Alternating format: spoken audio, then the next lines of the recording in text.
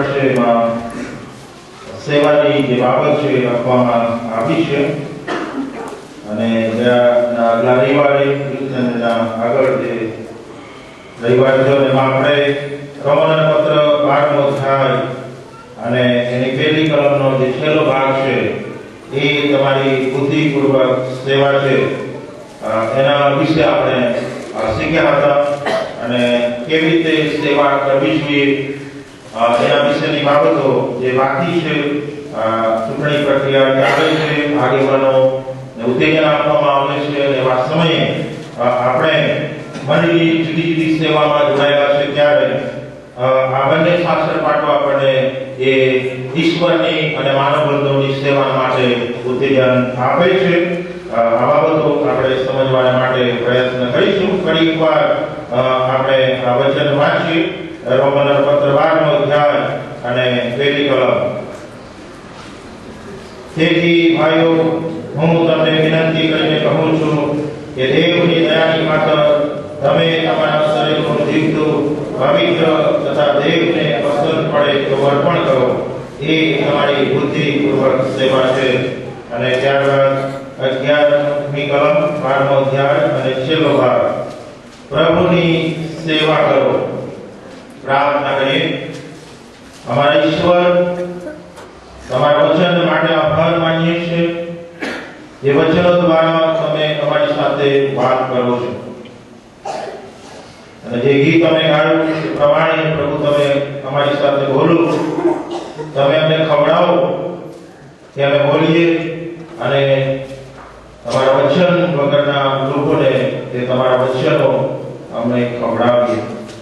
તમે અમને બળ આપો કે અમે બીજાઓને બળ આપીએ. અમારી પ્રાર્થના પ્રભુ ઈસુ વિશે સાંભળો. આમેન.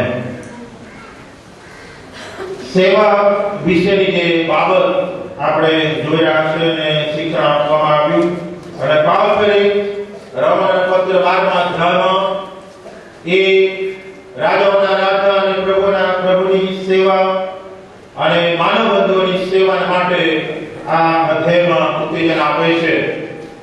ખાસ કરીને 3મી કલમથી 8મી કલમ એ પ્રભુની જે મંડળી છે, પ્રભુના જે લોકો છે, એમની કેવી રીતે સેવા કરવાની છે એના વિશેનું શિક્ષણ આપવામાં આવ્યું છે. અને 9મી કલમથી 21મી કલમ એ સાથી જે માનવ બંધુઓ છે એમની કઈ રીતે સેવા કરવાની છે, એમની સાથે કેવા સંબંધો રાખવાના છે એ માટેનું શિક્ષણ પાઉલ આપે છે. અને યહોશુઆ 24મો અધ્યાય અને 13 થી 15 વચનો જો આપણે વાંચ્યા તો એમાં પણ યહોશુઆ ઇસ્રાએલ પ્રજાને ઈશ્વરની સેવા કરવા માટે એ ઉત્તેજન આપે છે. અને આ બંને અધ્યાયોમાં સેવા શબ્દ યહોશુઆ 24 13 થી 15 કલમમાં 7 વાર આ શબ્દ વાપરવામાં આવ્યો. યહોશુઆ 24માં 7 વાર સેવા કરવાની ઉત્તેજન આપવામાં આવ્યું છે.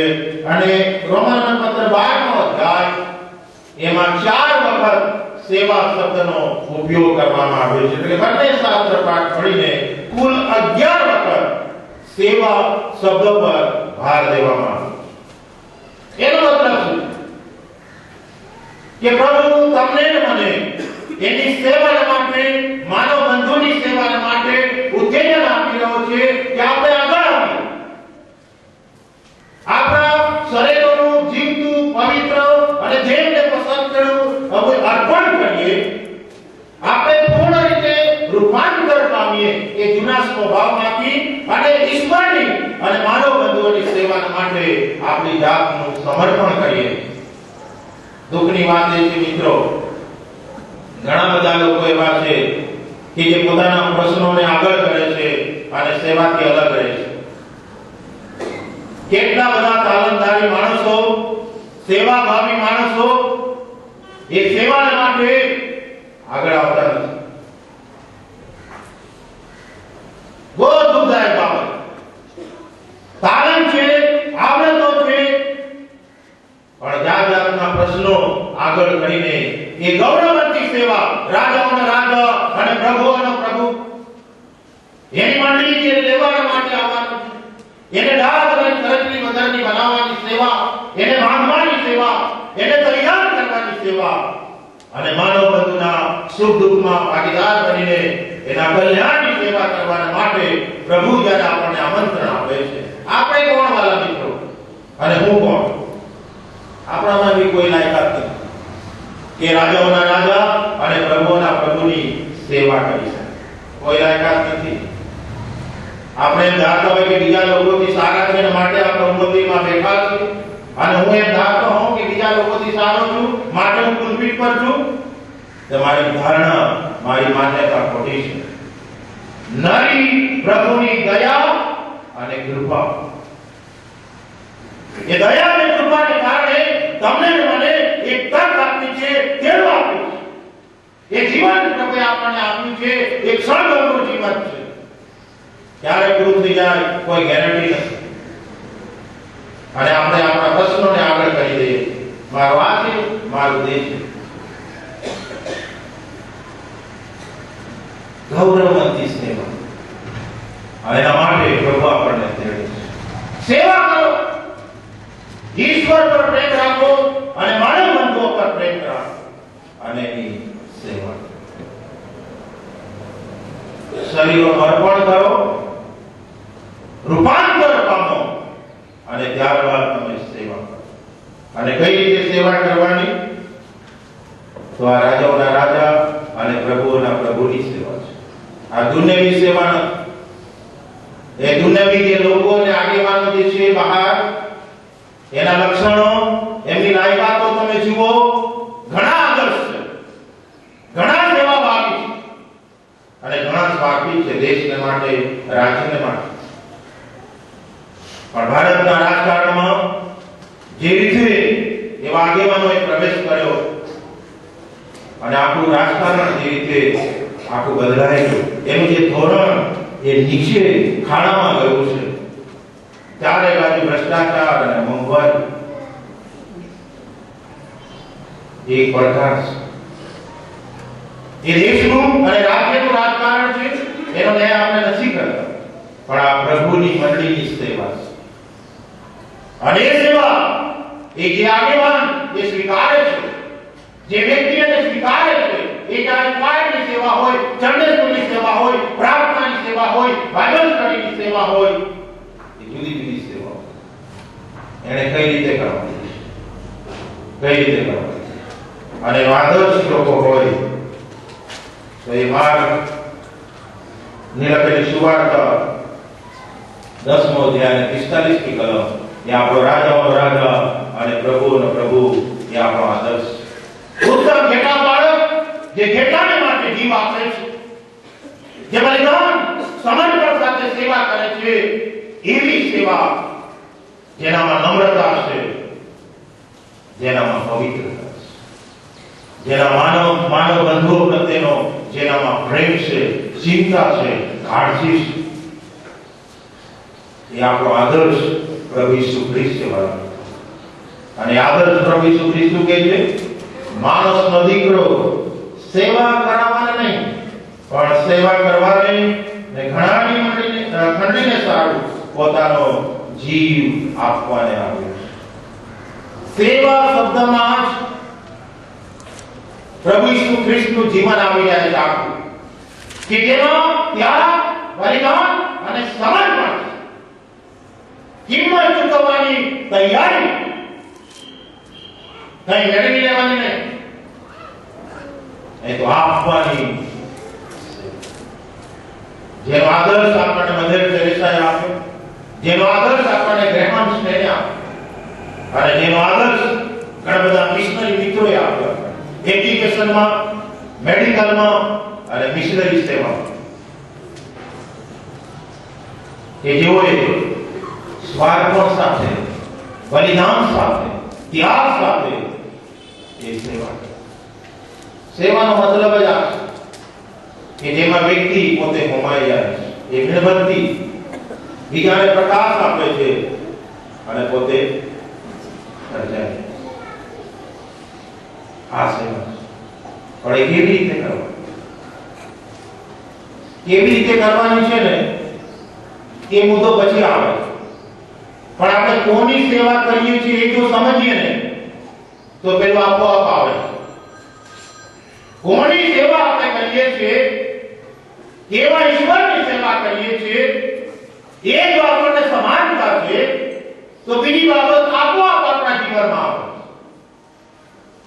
હું માનું છું કે મારો ઈશ્વર પવિત્ર છે, તો પવિત્રતાની સુંદરતા હું સેવા કરી, પાપને સાથે રાખીને. મારો ઈશ્વર નમ્ર છે, તો નમ્રતાથી સેવા કરીશ, અભિમાનથી નહીં. મારો ઈશ્વર બલિદાન અને ત્યાગ આપે છે, સમર્પણ કરે છે, તો હું પણ બલિદાન અને સમર્પણ સાથે સેવા કરીશ. મારા ઈશ્વર પ્રેમ કરે છે, તો હું પણ પ્રેમથી સેવા કરીશ. કેવા ઈશ્વરને આપણે ઓળખીએ છીએ? દિવાદાર ઈશ્વર કે જે બધું ચલાવી લે છે, દુનિયાની ધારા વગર છે, એ પ્રમાણે આ પવિત્ર પ્રભુની કન્યા, જેને આપણે બાંધવાની છે, જેને આપણે તૈયાર કરવાની છે, જેને આપણે ઢાલ અને કરકરી વગરની બનાવવાની છે, જેને આપણે શણગારવાની છે, એ પ્રભુની મંડળી છે. પવિત્ર ઈશ્વર જે પાપને પાપ તરીકે જુએ છે, જે દુષ્ટતાને ધિક્કારે છે, અને એવા ઈશ્વરની સેવા કેવી રીતે કરવી એના માટે પાઉલ એ આપણને ઉત્તેજન આપે છે, એ જણાવે છે. અને ત્રીજી કલમમાં એ પોતે એ બાબત જણાવે છે અને કહે છે, વળી મને આપેલા કૃપાદાનને આશરે હું તમારામાંના દરેક જણને કહું છું કે પોતાને જેવો ગણવો જોઈએ તે કરતા વિશેષ ન ગણવો, પણ દેવે જેટલે દરેકને વિશ્વાસમાં વહેંચી આપ્યું છે તેના પ્રમાણમાં નમ્રતાથી દરેકે પોતાને યોગ્ય ગણો. વાલા મિત્રો, સેવા જ્યારે આપણે કરીએ એમાં નમ્રતા હોવી છે. નમ્રતા. સેવામાં બે બાબતો જોવા પડે, ત્રણ. એક તો નમ્રતા હોય, કાં તો અભિમાન હોય, કાં તો લઘુતા ગ્રંથિ હોય. અભિમાન હોય તે એમ કરે એના બોલવામાં, એની આંખોમાં અને એના વર્તનમાં એ દેખાય આવે છે. બોલવામાં, આંખોમાં અને વર્તનમાં એનું અભિમાન પ્રગટ થાય છે કે મારા જેવો કોઈ નહીં, કે મારા જેવી કોઈ નહીં. બીજા જે છે તે લઘુતા ગ્રંથિથી પીડાય છે.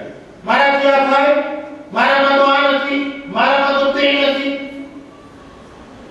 એ લઘુતા ગ્રંથિ છે. અને આ બંને જે ગ્રંથિ છે એ સેવાને નુકસાન કરે છે. સેવાને નુકસાન કરે. અને માટે નમ્રતા એ બહુ અગત્યની છે. અને આપણા પ્રભુએ એ નમ્રતાથી સેવા કરી, નમ્રતાથી સેવા કરી. એ આદર્શ પ્રભુએ આપ્યો, શિષ્યોના પગ ધોયા, શિષ્યોના પગ ધોયા. એ નમ્રતા. અને એ નમ્રતાથી આપણે પ્રભુની સેવા કરીએ. અને કહે છે દરેકે પોતાને યોગ્ય ગણો. સેવાને માટે આપણી જાતને યોગ્ય ગણો. લઘુતા ગ્રંથિથી પીડાવાની જરૂર નથી. જો મારામાં નબળાઈ છે તો હું એ પ્રભુની પાસે લાવું, પ્રભુની કૃપા માંગું અને નબળાઈમાંથી બહાર આવું. અને પ્રભુ મને કૃપા આપે. અને માટે નમ્રતા એ બહુ અગત્યની છે. અને મૂસા વિશે લખવામાં આવ્યું છે કે મૂસા પૃથ્વીના પીઠ પર સૌથી નમ્ર માણસ. આ તો ઇસ્રાયેલ પ્રજાનો મોટો આગેવાન, જેને અભિમાન કરવાના ઘણા કારણો. પાઉલ કે જે ઘણી બધી ડિગ્રીઓ આગળ અને પાછળ ધરાવતો, પણ એક નમ્ર પ્રભુનો સેવક. અને નમ્રતાથી આપણે સેવા, કારણ કે આપણો પ્રભુ એ રાજાઓનો રાજા અને પ્રભુઓનો પ્રભુ. જેની આગળ આપણે નમી છીએ. એ ગીત કરતા ઉત્તેજન આવે છે, આપતા કહીએ છીએ ભજન કરવા આવીએ, સેવા કરીએ, જુદા જુદા કામ કરીએ, આવો તેને વધીએ તથા નમીએ. આપણા કરતા યુવાની આગળ આપણે ઉધરણીએ પડીએ. આપણે આપણું શિર ઈશ્વરની આગળ ઝૂકી જવું છે, ઝૂકી. બીજાઓને આપણે નમ્રતાથી સ્વીકારીએ, ઉત્તેજન આપીએ કે ભાઈ તું બી સેવા કરે છે, હું જૂનો છું, નવો છું, ટેલેન્ટેડ છું, ઓછા તાલત છે, ઉત્તેજન આપીએ. કોઈને ઉતારી નહીં પાડે, કોઈને ઉતારી નહીં પાડે. નમ્રતાથી સેવા કરવાની વાત. અને પછી ચોથી અને પાંચમી ક્રમમાં કહે છે કેમ કે જેમ આપણા શરીરના ઘણા અવયવો છે અને સગળા અવયવોને એક જ કામ કરવાનું નથી, તેમ આપણે ઘણા હોવા છતાં ખ્રિસ્તમાં એક શરીર છીએ અને અરસપરસ એકબીજાના અવયવો છે. સાથે મળીને સેવા કરવાની, સાથે મળીને આપણે એકબીજાને સ્વીકારનારા, એકબીજાને ઉત્તેજન આપનારા અને એકબીજાને હાથમાં હાથ પકડીને મળીને બાંધવાની માનવ બંધુઓના કલ્યાણની સેવા આપણે કરવાની છે. સાથે મળીને દરેકને પ્રભુએ વિશ્વાસ આપ્યો છે, દરેકને વિશ્વાસનું માપ આપવામાં આવ્યું છે, દરેકને તાલંત આપવામાં આવ્યું છે અને માટે મંડળીમાં દરેકની અગત્યતા છે. કેટલા બધા કુટુંબો અને કેટલા બધા લોકો પોતાની જાતને એ સેવાથી અલગ રાખે છે, દાન આપીને છૂટી જવાની વાતો કરે છે. આપણે એ છૂટી નહીં જઈએ. આપણી જવાબદારી છે ગંભીર પ્રકારની. આપણી જવાબદારી છે એ પ્રાર્થનાની સેવાની, એ ભક્તિ સભાની સેવાની, એ પ્રભુના વચનમાં વૃદ્ધિ પામવાની, એ જુદા જુદા તાલંત આપ્યા છે એ પ્રભુને માટે વાપરવા અને ખર્ચાવવા. દરેકની અગત્યતા. અને એના માટે નહેમ્યા 3 અધ્યાય જો તમે જુઓ તો નહેમ્યા દરેકનો અદ્ભુત ને અજાયબ રીતે ઉપયોગ કરે. આખો 3 અધ્યાય કોઈ એક વ્યક્તિ નહીં, થોડા ઘણા લોકો મળીને બાંધનારા નહીં, કોઈ કુટુંબ નહીં, પણ જે કોટ બાંધવામાં આવ્યો એમાં મોટા ભાગના લોકોનો ઉપયોગ કર્યો. હા, કેટલાક લોકોએ સરકાર નહીં પણ આપ્યો, બનાવી દે બને છે, પણ નહેમ્યા એ બધાનો ઉપયોગ કરે છે. બધાનો ઉપયોગ કરે. યાજક હોય કે પછી બીજા લોકો, દરેકનો પ્રભુ ઉપયોગ કરે. ટીચર હોય, ડોક્ટર હોય, એન્જિનિયર હોય, વિદ્યાર્થી હોય, વ્યવસાય કરનારો હોય, બધાનો ઉપયોગ. અને ત્યારે કોટ કેટલા દિવસમાં બંધાયો? 52 દિવસ. અનેક અવરોધો તેમ છતાં 52 દિવસ. એક હાથમાં તલવાર, એક હાથમાં તલવાર, તેમ છતાં 52 દિવસ. કારણ બધાનો ઉપયોગ, સહભાગીતા. અને માટે સેવામાં આપણે સાથે મળીને એ સેવા કરવાની છે. અને પાઉલ એ ઉત્તેજન આપણને આપે છે. અને બીજી બાબત એ છે કે 7મી કલમ, અથવા જો સેવાનું તો સેવામાં તત્પર રહેવું. સેવા કઈ રીતે કરવી? આપણામાં તત્પરતા હોવી. જે તક આપણને મળે છે એને આપણે ઝડપી લેનારા. તકને ઝડપી લે. તત્પરતા, કામ કરવાને માટેની તૈયારી. જો આપણે એક ડગલું આગળ વધીએ છીએ તો પ્રભુ આપણને બીજું ડગલું આગળ વધારે છે. પણ આપણે તૈયારી નથી રાખતા તો આપણે ત્યાં બેસી જઈએ. એ પ્રશ્નોમાં અને મૂંઝવણોમાં આપણે ગુંચવાયેલા રહે છે. કામ તો ક્યારે નહીં પૂરું થવાનું. મરીશું ત્યાં સુધી કામ તો રહેવાનું, કારણ એના માટે જ છે. કદી નહીં પૂરું થાય. પ્રસંગ હોય આવે ને જશે, મુશ્કેલી હોય આવશે ને જશે. અનુકૂળ અને પ્રતિકૂળ સંજોગોમાં તું તત્પર. અનુકૂળ સંજોગોમાં તો બધા સેવા કરે. નિવૃત્ત થઈ ગયો, હવે ઘરે બેઠો, ચાલ સેવા માટે પાર્પણ કર. પણ નોકરીના સમયમાં સેવા કરે ને એ સેવા કે જ્યાં અનુકૂળતા નથી, અનેક સંઘર્ષો કરવા પડે છે, સમયનો ભોગ આપવાનો, કુટુંબ, બાળકો, અને ત્યારે જે વ્યક્તિ સ્વાર્પણ સાથે આગળ આવે છે એ સેવા. અનુકૂળ તું સેવાને માટે તત્પર તત્પરતા તૈયારી એ બહુ અગત્યની છે. અને પછી 7મી કલમમાં બીજી એક બાબત પાઉલ કહે છે, વળી જે શિક્ષક હોય તેને શિક્ષણ આપવામાં મંડ્યા રહે, લાગુ રહેવું, મંડ્યા રહે. એનો મતલબ કે છોડવું જ નહીં, ડ્રોપ નહીં લેવું એવું નથી કહેવા. ઘણી વાર આ જે ચસ્કો લાગી જાય બહુ ખતરનાક છે, બહુ ખતરનાક છે. પણ જ્યારે આપણે સેવામાં છીએ તો શું કરવાનું છે? લાગુ. આ એવા પ્રશ્નો આવે છે, મૂંઝવણો આવે છે, સંઘર્ષો આવે છે, ત્યારે આપણને એમ થાય કે મૂકી દો.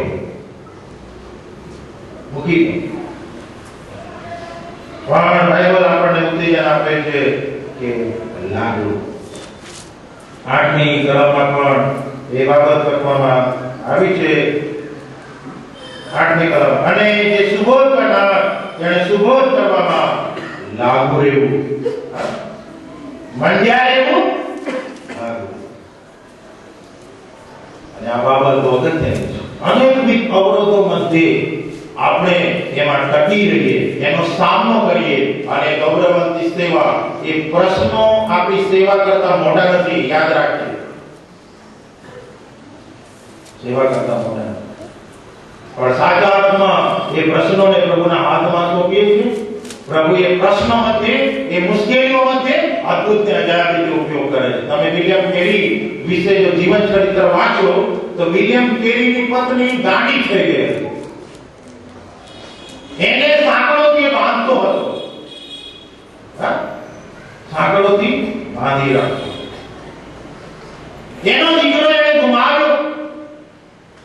તેમ છતાં પણ એ ભાષાંતરની સેવા, એ શિક્ષણની સેવામાં વિલિયમ કેરી મંડ્યા રહ્યા. એ પ્રશ્નોથી ગભરાઈને ભારત છોડીને જતા ના રહ્યા. એ પ્રશ્નો મધ્યે, મુશ્કેલીઓ મધ્યે, એ પત્નીની બીમારી મધ્યે પણ એને સેવાને ચાલુ રાખી. લાગુ રહેવું બહુ અગત્યનું. શૈતાન તો આપણને રનઆઉટ કરવાના માટે બહુ પ્રયત્ન કરે, કઈ બોલે કરતા, પણ લાગુ ફરી એક વાર પકડી નહીં રાખો. લાગુ રહેવું એનો મતલબ અલગ છે અને પકડી રાખવું અલગ છે. જેને સત્તાની લાલસા ગણાય અને માટે બાબત હેન્ડલ દ્રઢતા એની છે કે જે મુશ્કેલી મધ્યે પણ હળગવું પડે છે અને પ્રભુની સેવા કરે છે. અને ત્યારબાદ 8મી કલમ, અને જે સુબોધ કરનાર તેને સુબોધ કરવામાં લાગુ રહેવું, જે દાન કરે છે તેને ઉદારતાથી કરવું, ઉદારતાથી સેવા કરવા. દાનની સેવા હોય, પ્રભુની સેવા હોય, માનવ બંધુઓની સેવા હોય, ઉદારતા. ઘણા બધા દાન આપે તો કેટલાક ને ક્યાં જાતના પ્રશ્ન હોય, મંડળી તો બહુ ધર્માન છે, શું દાનની જરૂર છે, જે ખોટા ખોટા માંગ્યા કરે છે, આવી વિચારધારા. મંડળી તો બહુ ધર્માન. કેટલાક વળી અરે વાત જ જવા દો ને, વહીવટ જ સારો નહીં કરતા ખાઈ જાય છે. એક જણે આવે તો મારી પાસે કે મારું દાન નથી, તમે બધા ખાઈ ગયા ભેગા મળી. મેં રૂપિયા થોડા ખવાય તો કેટલા હતા? કે 150 રૂપિયા. તો મેં કીધું કેટલા જણા અમે છે ખબર છે? 23 જણા છે, 2 પાદરીઓ અને બીજા માસ્ટર ટીમના સભ્યો. હવે 23 ગુણ્યા 150 કરતો કેટલા રૂપિયા ખાઈ ગયા? મેં આવી રીતે ના બોલે. વાસ્તવિકતા જાણવાની. પણ ઘણા બધાને આવું બહારથી તીર માર્યા કરે હવામાં.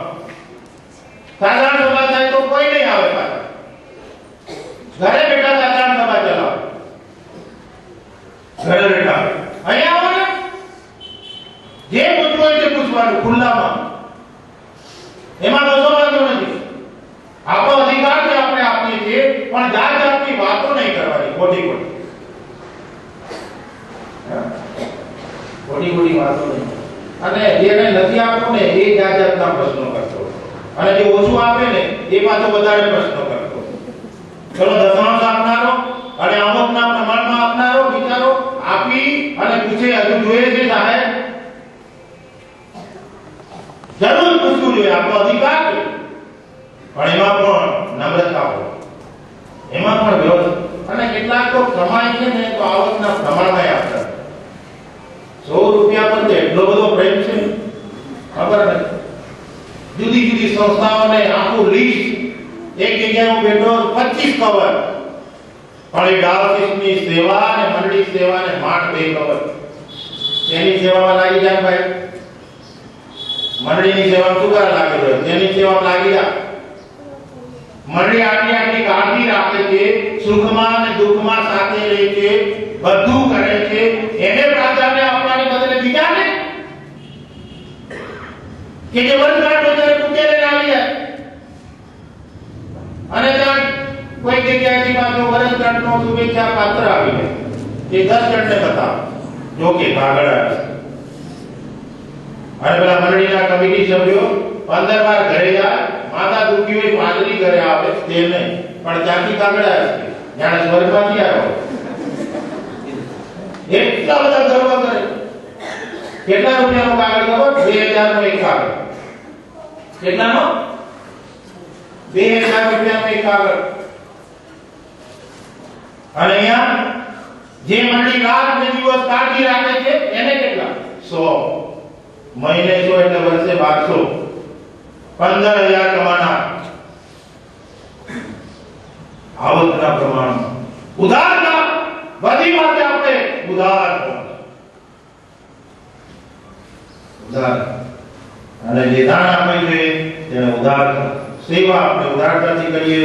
અને પછી આગળ લખવામાં આવ્યું છે જે અધિકારી છે તેણે ખંતથી અધિકાર ચલાવો, અને જે દયા રાખે છે તેણે ઉમંગથી રાખો.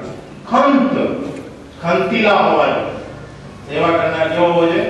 ખંતી. પ્રભુને માટે કંઈક કરવું છે, એ ધગસ, એ તમન્ના.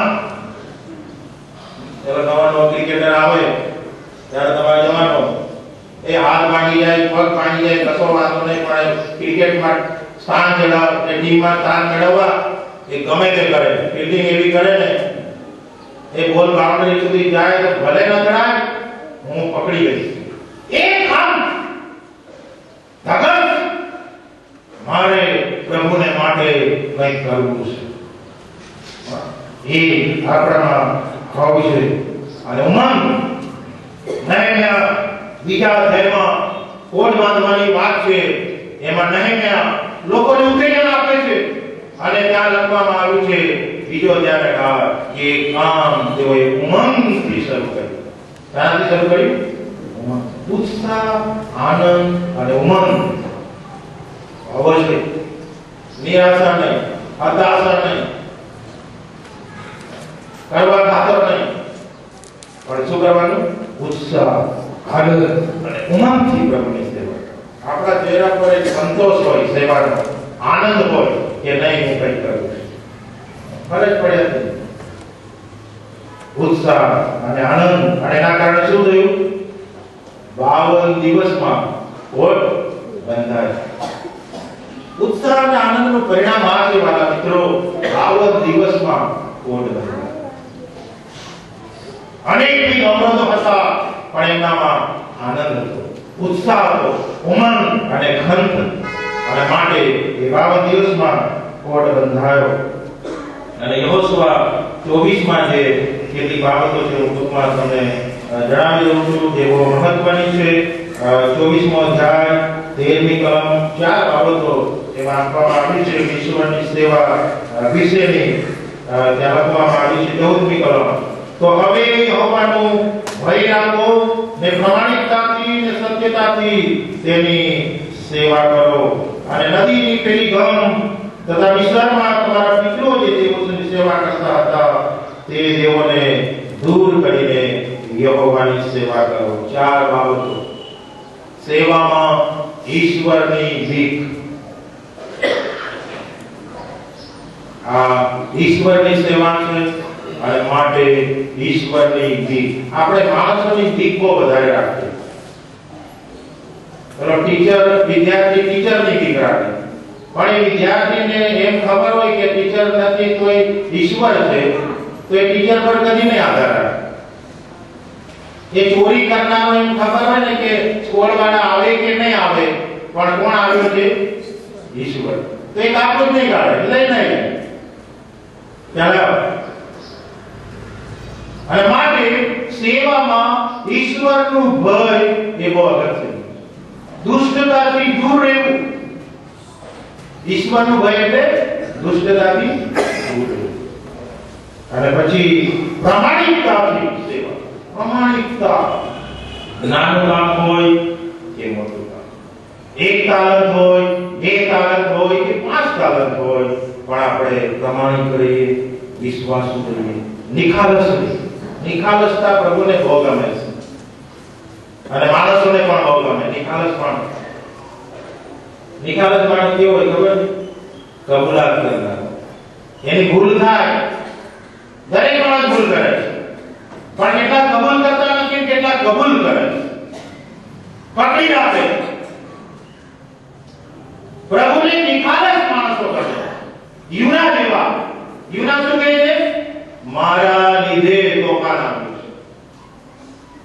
એને કહ્યું કે ચિઠ્ઠી ફરી નાખો તો તમે ભૂલ કરી. મારા નામની ભલે નીકળી પણ તમે ચિઠ્ઠી ફરી નાખો. પણ યુનાએ એમ નહીં કર્યું. એને સ્વીકાર્યું કે આ તોફાન મારા લીધે આવ્યું છે. અને પછી એને કહ્યું મને ઉચકીને નાખો, સમુદ્ર શું થશે? શાંત થશે. એને બીજાને નાખી દીધું. ઘણી બધી વાર આપણે શું કરીએ ખબર? આપણું પાપ હોય ને ત્યારે આપણે બીજાનું પાપ બતાવે. પેલો પણ તો એવો જ છે. એ કરવાની જરૂર નથી. આપણે પોતાના પાપની કબૂલાત કરવાની. આપણે પોતાના પાપની કબૂલાત. દાઉદે કોઈના પર ઢોળ્યું નહીં. એ ખૂનનું પાપ કર્યું, વ્યભિચારનું પાપ કર્યું, એણે નિખાલસતાથી સ્વીકાર્યું. હા, મેં પાપ કર્યું. એ રાજા હતો પણ એને સ્વીકાર્યું. એ નિખાલસતા. ભૂલ તો ગમે તે કરે છે, બધા કરે છે, પણ નિખાલસતા કેટલા? કે હા, આ ભૂલ મારાથી થઈ છે અને હું એને છોડવાની, ત્યાગ કરવાની ખાતરી આપું છું. અને ત્યારબાદ આ બહુ મહત્વની વાત છે વાલા મિત્રો, નિખાલસતા. મૂસા તો કહે છે મને તો બોલતા આવડતું નથી.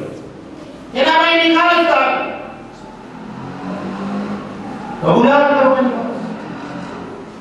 અને સેવામાં આ બાબત બહુ જ અગત્યની છે.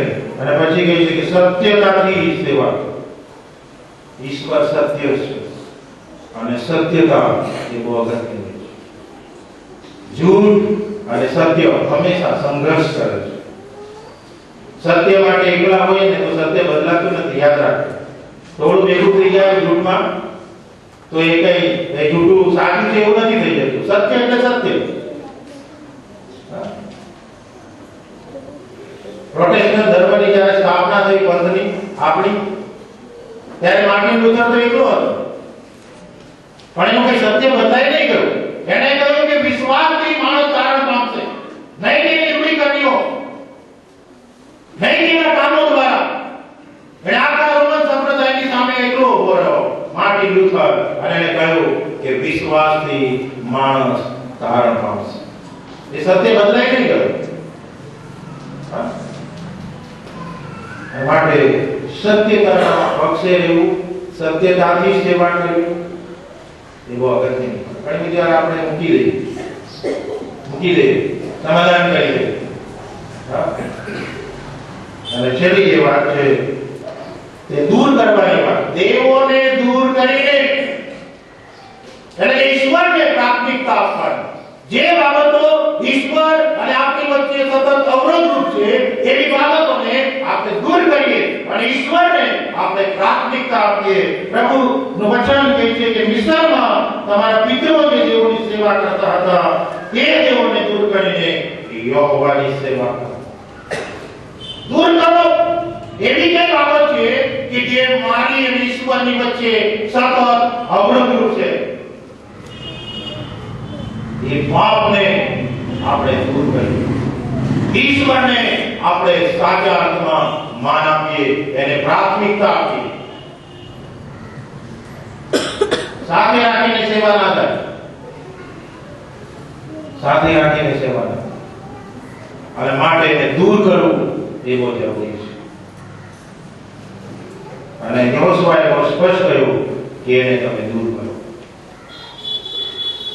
અને પછી એ પ્રકાર આપે છે, હું ને મારા ઘરના તો યહોવાની સેવા કરીશ. આપણો આ પ્રકાર હોય છે. હું સેવા કરીશ, મારું પરિવાર સેવા કરશે અને બીજા લોકો પણ આ મંડળીની સેવા કરશે. માટે હું ઉત્તેજન આપીશ, હું ઉત્તેજન આપીશ. હું એકલો સેવા નહીં કરું, પણ બીજાને પણ તૈયાર કરીશ, બીજાને પણ તક આપીશ. આ બહુ અગત્યની વાત છે. અને પ્રભુનું વચન કહે છે, આનંદથી યહોવાની સેવા. કેટલી અદ્ભુત અને જાત સેવા છે. એક જગ્યાએ હું ગયો અને મને જ્યારે આગળ બેસાડ્યો મીટિંગમાં, અને એ વ્યક્તિએ મને કહ્યું, અને બીજા જે સેવકો બેઠા હતા, અને એને નમ્રતાથી માણસે કહ્યું કે સાહેબ, અમે તો સરકારની સેવામાં છે, અમે ત્યાંના અધિકારીઓ છે, પણ તમે અહીંયા જે બેઠા છે એ તો રાજાઓના રાજા અને પ્રભુઓના પ્રભુની સેવા કરનારા લોકો છે. એ માન પ્રભુએ તમને આપ્યું છે, અમને નથી. મારા મિત્રો, કેટલી ગૌરવવંતી સેવા, મહિમાવંતી સેવા. અને આપણા પ્રશ્નોથી આપણે ગભરાઈ જઈએ, આપણી મુશ્કેલીઓથી ગભરાઈ જઈએ, પ્રભુની પાસે આપણે અને જે કંઈ આપણા હાથમાં કામ લાગે તે મન પ્રભુ આપણને કરવા માટે મદદ કરે. શાસ્ત્રે પ્રાર્થના કરે. અમારા ઈશ્વર, વચન માટે મેં તમારો આભાર માનીએ છીએ. તમારી અને માનવ બંધુઓની સેવા કરવા માટે તમે અમને દેવું આપ્યું છે. જુદા જુદા તાલંતો, કૃપાદાનો, આવડતો, આશીર્વાદો, જ્ઞાન, બુદ્ધિ અને નાપણ પૂરા પાડ્યા છે કે જેથી અમે સર્વનો તમારી મંડળીને બાંધવા માટે, તમારી મંડળીને તમને મળવા માટે તૈયાર કરવા અને એને ડાઘ અને કરચલી વગરની એટલે કે પવિત્ર બનાવવા અમે સેવા કરીએ જેવું તમે ચાહો છો. ફરી એકવાર પ્રભુ, અમે મારા શરીરોનું જીવતું, પવિત્ર અને તમને પસંદ પડે અર્પણ કરીએ છીએ. આ પ્રભુ મેં પૂર્ણ રીતે રૂપાંતર પામી, નવીનતા નહીં, એ માટે પ્રભુ ઈસુ ખ્રિસ્તના રક્તમાં સતત અમે ધોવાઈ શુદ્ધ થઈએ. એ માટે અમને નિખાલસતા, એ પ્રમાણિકતા, એ કબલાતનો આત્મા અમને આપો. અને જે રીતે તમારી સેવા કરાવવા માંગો છો, જે બાબતો તમારા વચનમાંથી અમે શીખ્યા, એ રીતે કરવા માટે પ્રભુ તમે અમને કૃપા આપો. પ્રભુ, આ સેવા માટે અમારી જાતનું તન, મન અને ધનથી અર્પણ કરીએ છીએ. તમે એને સ્વીકારો અને તમારા માન, મહિમા અને ગૌરવને માટે એ વપરાય ખર્ચા, એ માટે અમે યાચના કરીએ છીએ. અને તમે અમારા આદર્શ છો અને હંમેશા એ આદર્શને સ્વીકારીએ એ માટે મદદ કરો. પ્રભુ ઈસુ દેવ અમારી પ્રાર્થના સાંભળો. આમેન.